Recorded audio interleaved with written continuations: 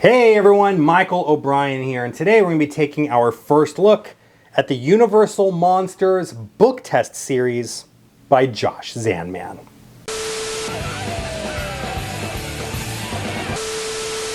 Hello my friends, and welcome back to another first look where my job is to take a closer look at the latest and greatest magic products before they've even hit the market. Now in today's video we're going to be taking a look at another Zandman book test series.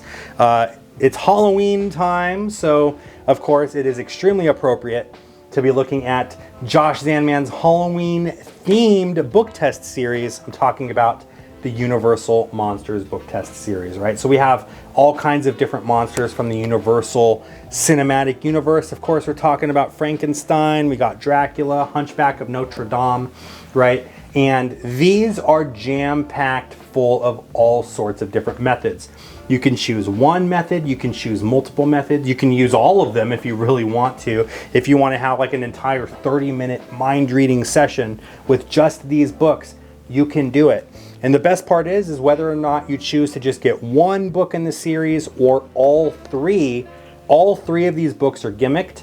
They work exactly the same way and they work together with one another. So you can peek multiple parts of the book, multiple words in multiple different parts of the page, right? You can have them look at the first word, the entire first line, the last word on the page, all kinds of stuff.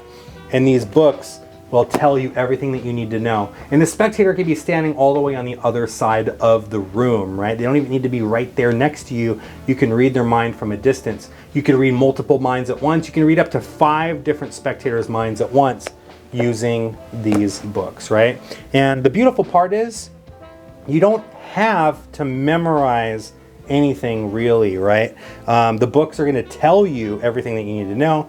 If you can memorize 5 words, then you'll be well on your way to performing these at miracle status, right? If you're just like me, for some reason you just cannot memorize words at all, like I'm the absolute worst when it comes to memorizing words or numbers or any of those things, you don't have to memorize anything and you can still perform everything that's in this book test. So let's go ahead and take a look at the different methods that are included in here. All right, so let's assume that you got all of the books in the series, right? How do they work together? Well, one of the books is going to peek at the other 2.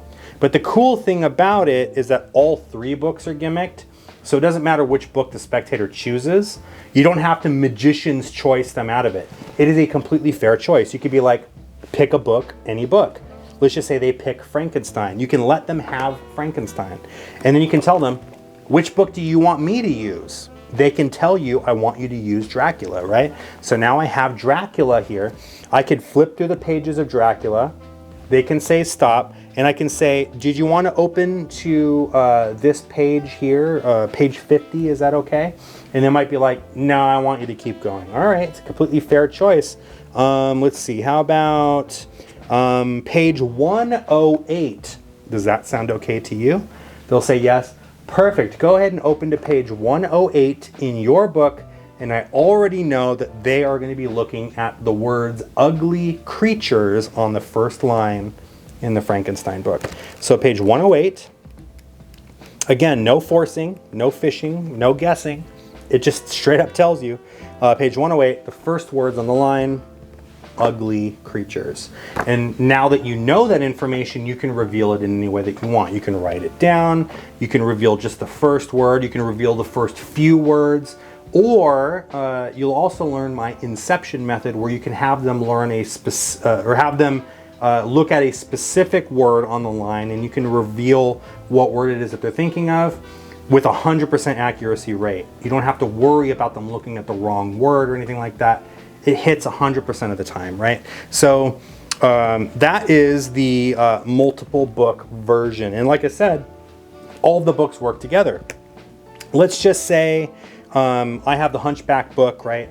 And I tossed out Frankenstein and Dracula to the audience, and I'm holding on to the Hunchback. I could flip through, they could stop me at any time. Page 40, is that the one that you want me to do, right? So I'm gonna have them looking at Dracula and I'm gonna have them looking at Frankenstein, right? And so Dracula, they're gonna see under no obligation, And in Frankenstein, they're going to see heaven and earth, right? So what did I say? Page 40, right? Under no obligation. And in Frankenstein on page 40, it should say heaven and earth. Heaven and earth. And it really is that quick. It really is that easy. That is the multiple book version. Now, of course, knowing Josh Zandman, he wouldn't only just give you that one method. Of course, he's going to give you his classic Zandman book test method, the super flashback. That's the one where you flip through the pages. They say stop at any page that they want. Again, completely fair choice. They can keep going if they want to. You have them look at the first word on the page, right? And again, it doesn't look like you've done anything, but you already know what they're thinking of the word together. It just really is that quick and that easy. It will tell you the first word that they're thinking of. And it's lightly examinable. They're not going to see the same word replicated on each page. They could flip through just like this. They can look both sides of the page. They're not going to see any words repeating or anything like that, right? Like I said, it's lightly examinable. And what do I mean by that? You're not going to be able to read this as a book. It's just not going to make sense. It's going to be a garbled bunch of nonsense if they were to try to read it cover to cover. But at a glance, they could flip through the pages, right? And it looks like a completely ordinary book. There's nothing really to find, right? So when I say it's lightly examinable, that's what I mean. I mean that they can flip through the pages. They can check it out. It's a different word on the first word of every page every time and all of that good stuff, right? The next thing that you're going to learn is one of my favorite pieces of magic of all time, and that is the Pegasus Page method. And again, you're going to do the same thing. You're going to flip through. They're going to stop you anytime that you want, right? So you're going to open the book to a page where they tell you to stop, and you're going to have them memorize the page number. But instead of looking at the first word on the page, you want them to look at that entire first line, and you have them look over here at the right-hand page this time. Look at that entire first line, think of a word on that line, and then close the book. So now they're thinking of a word and they're thinking of a page number. Then you're going to produce a page. And the cool thing about this page is you can produce it from your wallet, your pocket, your shoe, inside of a sealed envelope on stage, underneath someone's chair in the very back of the room. It does not matter. You're going to produce a page. But not just any page. You're going to ask them, what page were you on? They're going to say 103. But that's page 103. Interesting. And what word were you thinking of? Illuminated. What word did I circle at the top of the page? Illuminated. Now, you've been holding this book in your hand the entire time. Do me a favor, open up to page 103. They're going to flip through the pages, but when they go to get to page 103, the page is missing. It's not there anymore. And the page that you're holding, not only is page 103 from the same book, but it's the page 103 from the book that's been in their control the entire time. And you can show all of the tears, everything lines up perfectly. You can take the book back, let them have a seat, and now you've just done something so freaking cool. That is the Pegasus Page method, one of my favorite things that you can do with this.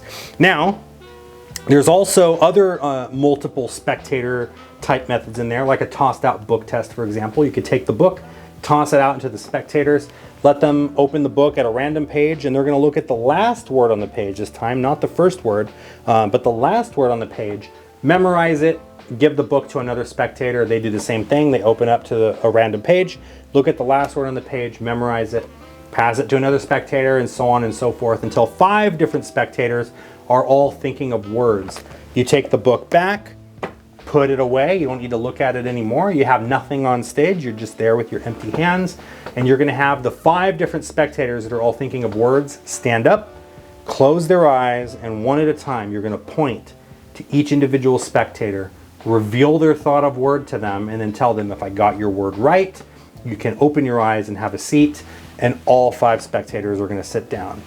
100% self-working. Don't need to fish, don't need to force any pages, don't need to do any kind of guesswork. You'll already know before they even do which words they're going to choose, because it's built like that into the book. And again, I want to make this clear. It doesn't matter which one of the books from this series you use. they all work exactly the same way. So if you have one or if you have them all, it doesn't matter. All the methods work the same, right? Another couple of different variations of the tossed out book are also going to be taught here as well. You have tossed out plus, where basically you're going to have two different spectators, each thinking of a different word, either from two different books or two different pages of the same book, right? You're going to have them each think of a word from the book, and then you are going to read their mind. But this time, you're not going to tell them the word that they're thinking of. You're going to tell them what kind of image that they're creating in their mind that they're thinking of, right? So let's just say they're thinking of the word sunset.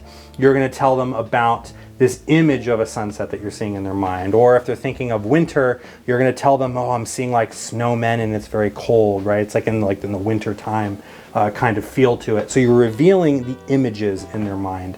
And again, you know all of the information that you need to know up front before they've even chosen a word. You don't have to have them land on a specific page. It's a completely fair choice, and it really is that easy. And then of course, last but not least, you have the reverse book test. Now the cool thing about the reverse book test that's built into these books is that you can peek at the words here, and so you already know exactly what word the other spectator is thinking of. Or if you don't want to use these, let's just say you just grabbed Frankenstein. You didn't grab any of the other books. You just grabbed Frankenstein. You can go walk over to your bookshelf. I got books on that bookshelf there, and you can grab any book that you want. This is The Alchemist, right? By Paulo Coelho. I can never say that guy's name, right? This is not a gimmick. This is just a random book that I grabbed off the bookshelf over there. But you can use these two books together. And in the same way that we showed you before, if I flip through the pages and I say, yeah, go ahead and open to page 76, right? In the other book, they're going to open to page 76, and you're already going to know, if I can get to that page, let's see, 76. I already know it's going to be the word nurse. Watch, I haven't even gotten there yet.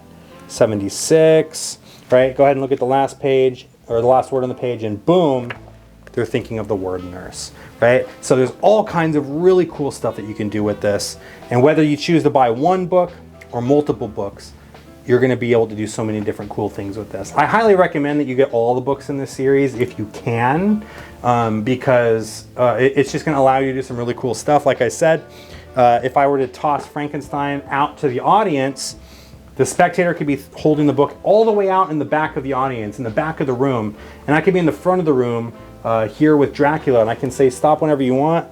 Page 46, is that okay? Go ahead and open to page 46 in your book, and never ever is going to be the first couple of words on that line on the page in the very back of the room. And I don't have to have that memorized ahead of time or anything. The book literally tells you. So really, really cool Universal Monsters book test. Please go ahead and visit joshzandman.com. Links will be in the description for where to pick all of this stuff up.